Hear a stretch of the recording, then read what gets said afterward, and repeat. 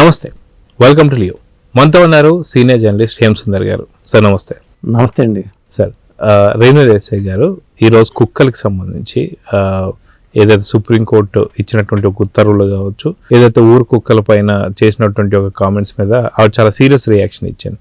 So ఆ reaction ఎలా చూడాలంటారు? ఇది చాలా క్రిటికల్ అంశం. కుక్క జంతు ప్రేమికులు అనేవాళ్ళు మాట్లాడుతున్న మాటలుగా చెప్పొచ్చు. వీటిని తప్పేం లేదు. ఈ భూమి మీద పుట్టినప్పుడు మనకెంత స్వేచ్ఛ ఉందో వాటి జంతువులు కూడా అంతే స్వేచ్ఛ ఉంటుంది. మనం ఏంటంటే తెలివితేటలు ఎక్కువైపోయి మనం ఆక్రమించుకుని నేను నాది నా ఇల్లు అనుకున్నాం. మరి దానికి ఆ స్వేచ్ఛ లేదా? ఆ కోణంలో ఆలోచిస్తే అది వేరే విషయం. ఎక్కడ ప్రాబ్లం వస్తుందంటే కుక్కల్ని ప్రేమించే వాళ్ళు మనుషుని కూడా ప్రేమిస్తే బాగుంటుంది. మనుషులనేమో కుక్క బతకాల్సి వస్తుంది, కుక్కేమో రాజ్య వైభోగం అనుభవించాల్సిన పరిస్థితి కూడా వస్తుంది. ఊర కుక్కల పరిస్థితి అట్లా ఉంటే పెంపుడు కుక్కల పరిస్థితి రాజవైభోగం అని చెప్పాల్సి వస్తుంది. దీన్ని ఎలా చూడాలి? ఒకటి, కుక్కని ప్రేమించే వాళ్ళు ప్రేమించడం తప్పులేదు. ఇప్పుడు ఏమవుతుందంటే, ఇప్పుడు మామగారు దగ్గుతూ ఉంటారు మంచం మీద, వాడిని డాక్టర్ చూపించరు, కానీ కుక్కకి చిన్న ఇది చేస్తే దాన్ని కారు ఎక్కించుకుని మరీ తీసుకెళ్తారు వైద్యం. అంటే మనిషిని ఏమో పట్టించుకోవట్లా. ఇంట్లో పోని తల్లిదండ్రులని లేకపోతే అత్త మామల్ని వృద్ధాశ్రమాలు పంపించేస్తున్నారు, వాళ్ళని పట్టించుకోవట్లేదు. కానీ కుక్కలను మాత్రం పెంచుకోవడం కుక్కకి మంచిగా, అది మరి ప్రిస్టేజ్ అనుకుంటారా లేకపోతే ఇంకోటి అనుకుంటారా తెలియదు, కానీ ఈ కల్చర్ ఎక్కువైపోయింది. ఈ కుక్కల్ని ప్రేమించడం అనేది ఒక లైఫ్ స్టైల్గా మారిపోవడం వల్ల, లేదా ఒక డిగ్నిటీ లాగా భావిస్తారో తెలియదు, కానీ కుక్కల్ని ప్రేమించడం తప్పేం కాదు. కాకపోతే నేను అనేది మనుషుల్ని కూడా ప్రేమించుకుంటే అది జరగట్లా. అంటే మనుషుల మీద ప్రేమ ఉంటుందా, ద్వేషం ఉంటుంది, కుక్కల మీద ప్రేమ ఉంటుంది. సో వాస్తవానికి గరికపాటి గారు మొన్న మధ్య ఒక వ్యాఖ్యలు ఇప్పుడు ట్రెండింగ్లో వైరల్ అవుతున్నాయి. ఏంటంటే, ఇంట్లో ఉండాల్సిన కొడుకులేమో అమెరికాలో ఉంటున్నారు, అమెరికా కుక్కలేమో ఇంట్లో ఉంటున్నాయని చెప్పేసి అంటున్నారు. సో ఏదైతే పెంచుకునే కుక్కలు అయితే ఇబ్బంది లేదు, కానీ ఊరు కుక్కలకి సంబంధించి వచ్చే పోయేవాడిని కరుస్తున్నాయి కాబట్టి సుప్రీంకోర్టు కొన్ని ఆదేశాలు అయితే ఇచ్చింది. వాటికి సంబంధించి పిల్లలు పుట్టకుండా కొంత ఇంజెక్షన్స్ చేయండి, ప్లస్ వాటికి ఫుడ్ పెట్టకండి, వాటికి ఫుడ్ పెట్టడానికి ఊరవతలు కావచ్చు లేదంటే ఆ వీధవతలు కావచ్చు ఒక చిన్న షెల్టర్ పెట్టండి అని చెప్పేసి అన్నారు. కానీ దీనిపైన రేణు దేశాయ్ గారు చేసిన వ్యాఖ్యను ఎలా చూడాలంటారు? అంటే రేణు దేశాయ్ గారు అంటే ఏంటంటే, అవసరమైతే కుక్కలు చంపొద్దు, సుప్రీంకోర్టు కూడా చంపమని చెప్పలేదు కదా. అవసరమైతే మేము వాటిని పెంచుకుంటాం అనే మాట అంటున్నారు ఆవిడ. మేమే వాటిని పెంచుకుంటాం అనేది. ఇప్పుడు ఊరి కుక్కలు కూడా ఎందుకు అవుతాయండి? అది పెంచుకోకపోవడం వల్ల ఊరి కుక్కలు అవుతున్నాయి. పెంచుకుంటే అవి కూడా మంచి కుక్కలే. ఇప్పుడు నాకు ఒక డౌట్ వస్తుంది ఎప్పుడు కూడా, ఒక కుక్క మన దగ్గరికి వెళ్ళంగానే ఎంత ప్రేమగా వచ్చేస్తుంది మనం పెంచుకునే కుక్క. కానీ మనం పెంచుకునే కోడిపెట్ట మాత్రం మన దగ్గర రాదు. ఇది ఎందుకు? ఈ తేడా ఏమిటి? కోడిపెట్ట ఎందుకు రాదు, కుక్క ఎందుకు వస్తుంది? దీనికి సమాధానం చెప్పండి. కోడిపెట్టేమో రాదు, కుక్క మాత్రం బ్రహ్మాండంగా మన దగ్గరికి వచ్చేస్తుంది. అంటే తెలివితేటలు ఉన్నాయా? కోడిపెట్ట కూడా తెలివితేటలు ఉన్నాయా? కుక్కకి తెలివితేటలు ఉన్నాయి కదా, చాలా తెలివైంది కదా, మనిషి కన్నా తెలివైంది కదా. మరి ఎందుకు అట్లా వస్తుంది అనేది నాకు అర్థం కాదు. ఒకటి, జంతువుల్ని పక్షుల్ని ప్రేమించమని చెప్తున్నారు, ఓకే, కానీ ఈ జంతు ప్రేమికులు కానీ పక్షుల ప్రేమికులు కానీ వీళ్ళు అసలు వెజిటేరియన్సా నాన్ వెజిటేరియన్సా? ఫస్ట్ అది ఒకటి తెలుసుకోవాలి. మరి కుక్కకి మేకకి జంతువే కదా, రెండింటికి ఉన్న తేడా ఏంటి? వీళ్ళు కుక్కల గురించి పోరాటం చేస్తారు, మేకల గురించి ఎందుకు పోరాటం చేయరు? కొన్ని ప్రశ్నలకు సమాధానం రాబట్టడం మంచిది. ఇప్పుడు రేణు దేశాయ్ గారే మాట్లాడారు నిన్న ఈరోజు ప్రెస్ మీట్లో. ఇప్పుడు కార్లకి యాక్షన్ జరుగుతున్నాయి, మరి కంపెనీలు తయారు చేయడం ఆపేయచ్చు కదా, రేట్ జరుగుతున్నాయి. ఇలాంటప్పుడు మరి ఇట్లా రకరకాల పాయింట్లు వాళ్ళు లేవనెత్తారు. రేణు దేశాయ్ గారి మాటల్లో చాలా పాయింట్స్ ఉన్నాయి, లాజికల్గా చాలా సమంజసంగానే ఉన్నాయి, కానీ ప్రాక్టికల్గా సాధ్యం కాదు ఇవన్నీ. సో అంటే వాస్తవానికి ఒక పక్కనేమో కోర్టులు కుక్కల్ని కొంచెం నియంత్రించండి అని చెప్పేసి మాట్లాడుతుంటే, ఇంకో పక్కన ఊరు కుక్కలు ఏవైతుంటే అవి మేము పెంచుకుంటాం అని చెప్పి కొంతమంది యానిమల్ లవర్స్ చెప్తూ వస్తున్నారు. గతంలో వీటి గురించి చాలా రకాలైనటువంటి ఒక చర్చలు జరిగాయి, డిబేట్లు జరిగాయి, డిస్కషన్స్ కూడా జరిగాయి.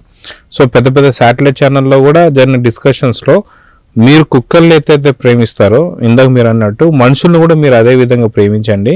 ఎందుకంటే ఊరు కుక్కలు వాటికి తెలివి లేదు కాబట్టి కరిచి చాలా మంది చిన్నపిల్లల్ని చంపేసాయని కూడా చెప్తున్నారు. సో నిజంగా మనుషులు చనిపోయినా సరే కుక్కల్ని ప్రేమించాలా అనే వాళ్ళు కొంతమంది ఉన్నారు. సో వాటిని ఎలా చూడాలంటారు? ఇప్పుడు కుక్కలే కాదండి, మన పల్లెటూళ్ళలో కొన్ని ఊళ్ళకి వెళ్తే కోతులు విపరీతంగా పెరిగిపోయినాయి.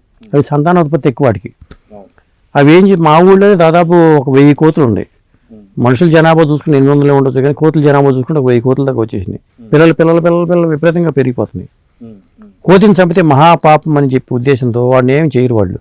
పొరపాటున ఏదైనా కొట్టితే చచ్చిపోయింది అనుకోండి, కొండముతులు తీసుకొస్తారు తప్పితే కోతులు రాకుండా. చచ్చిపోయింది అనుకోండి, దానికి సమాధులు కడుతున్నారు కోతులకి. అలా చేస్తున్నారు. కోతుల విషయంలో పాపభీతి ఉంది, కానీ కుక్కల విషయంలో కుక్కను చంపారు అనుకోండి, దానికి సమాధులు కట్టిన సందర్భాలు లేవు. ఇప్పుడు ఈ మధ్యన ఏం చేశారంటే ఒక్కొక్క కోతికి 200 చొప్పున ఇచ్చి 1000 కోతులను తీసుకెళ్ళిపోండి మీరు అంటే అడవిలో తీసుకు వదిలిపెట్టి వచ్చారు. కోతులు అడవిలో అయినా ఉంటాయి కాబట్టి, చెట్లు ఉంటే ఇంకా హ్యాపీగా ఉంటుంది కాబట్టి ఓకే. ఊరకొక్కలు ఏం చేయాలి అనేది ఒక సమస్య. ఎందుకంటే మరి ఊరకొక్కల జాతి కూడా ఎక్కువే, దీని అడవిలో ఉండే టైప్ కాదు ఇవి. మరి వాటిని ఏం చేయాలి? అటు చంపడం కరెక్ట్ కాదు. ఇప్పుడు కోతుల విషయంలో కానీ కుక్కల విషయంలో కానీ సంతానోత్పత్తి నియంత్రణ చేస్తే వాటికి కనీసం కంట్రోల్లో ఉంటుంది. ఈ సృష్టిలో బ్యాలెన్స్ చేసుకోవడానికి ఒక జీవి ఇంకో జీవి కంపల్సరీగా ఉండాల్సిందే. కుక్కలు లేకపోతే పొల్యూషన్ కూడా పెరిగిపోద్ది. ఒక విధంగా మన బైకులు అవి తినేసి రోడ్లు క్లీన్ చేస్తున్నాయి.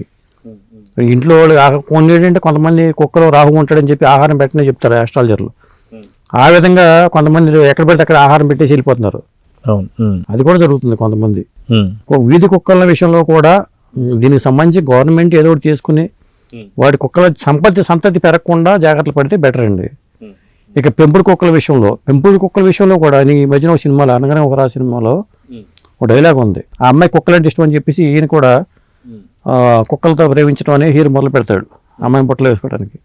గోల్డెన్ రిట్రీవర్ అని చెప్తుంది మీ కుక్క పేరు. మీ కుక్క పేరు ఏంటంటే బ్లాక్ డాగ్ అని చెప్తాడు. ఈ తరహా డైలాగులు కూడా సినిమాలో వస్తున్నాయి. అంటే ఒక బ్రీడ్, ఫారిన్ బ్రీడ్ తీసుకొచ్చి ఆ కుక్కలు మాత్రమే జాతి కుక్కలు, వీధి కుక్కలని పనికిరాని కుక్కలు అంత కరెక్ట్. కుక్క అనేది ఒకే జాతి కదా.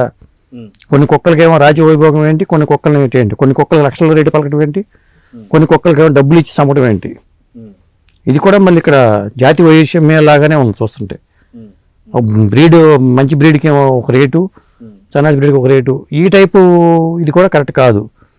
అదే కుక్కను పెంచుకుంటే అది కూడా అలాగే ఉంటుంది, మంచిగానే ఉంటుంది, ఈ జాతి కుక్కలాగానే ఉంటుంది. సో ఓవరాల్గా ఈ సమస్య ఎప్పుడు సమస్యపోయే అవకాశం ఉందంటే ఏం చెప్తారు? ఇది ఎడతెగని సమస్య అండి. ఎందుకంటే కాకపోతే మీరు అన్నట్టుగా వీధి కుక్కల వల్ల ప్రమాదాలు అయితే జరుగుతున్నాయి. ఎందుకంటే అది బైక్ మీద వెళ్ళే వాళ్ళకి వెంట పడింది అనుకోండి, కంగారు పడిపోయి కొంతమంది వెంటనే యాక్సిడెంట్ చేసేస్తున్నారు.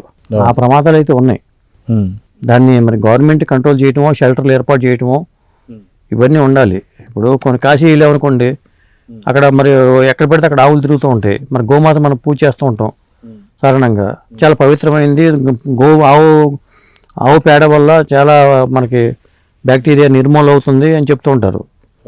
ఇట్లా ఒక్కొక్క జీవి వల్ల కూడా ఈ ప్రపంచంలో ఒక మేలు అనేది ఉంటుంది.